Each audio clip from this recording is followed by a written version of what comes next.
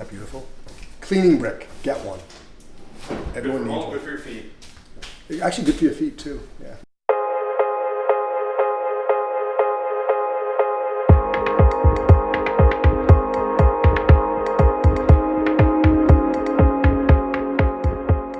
Got my Earthstone cleaning brick. I'm cleaning baking steels today. It's the day after. Had a pizza party last night. We made some steaks and pancakes on our griddle. So we're gonna clean everything up the day after using this Earthstone. I really put it in the sink. I take what we call a bench scraper or a dough cutter, and I literally just scrape like this. And I'm not going to damage the steel. I'm not worried about that at all. You can see I'm just picking up some things here from the griddle itself. After I do that, here's my favorite part. I take, where is it?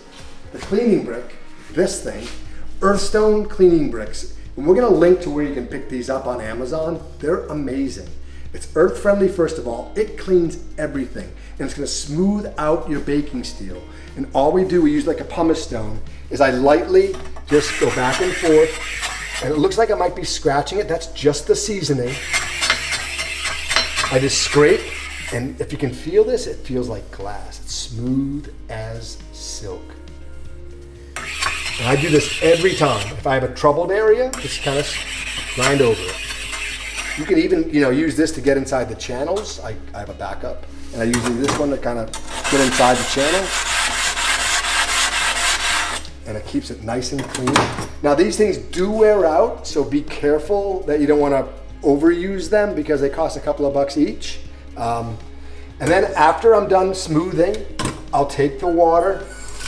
I might even place it flat inside the sink. We have these beautiful sinks here. And I'm just gonna rinse it off, turn the water off, grab my sponge, and I might use a little bit of soap. And just, you can see, look how easy that cleans, including the channel. And it's smooth to the touch. Now, most importantly, after I rinse it, I want to take it out of the sink. I might grab some paper towels. Viva Las Vegas, Viva towels. And just dry it off.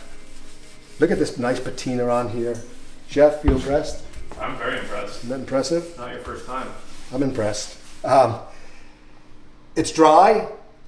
At this point, I can throw a little bit of olive oil on it if I want, but I've already got a beautiful patina on both sides because I've been using this thing for a few years now. This is the skinny griddle, and it is ready to rock and roll and smooth as silk and beautiful as a princess. Yeah, crushed it. Check it out. Strong.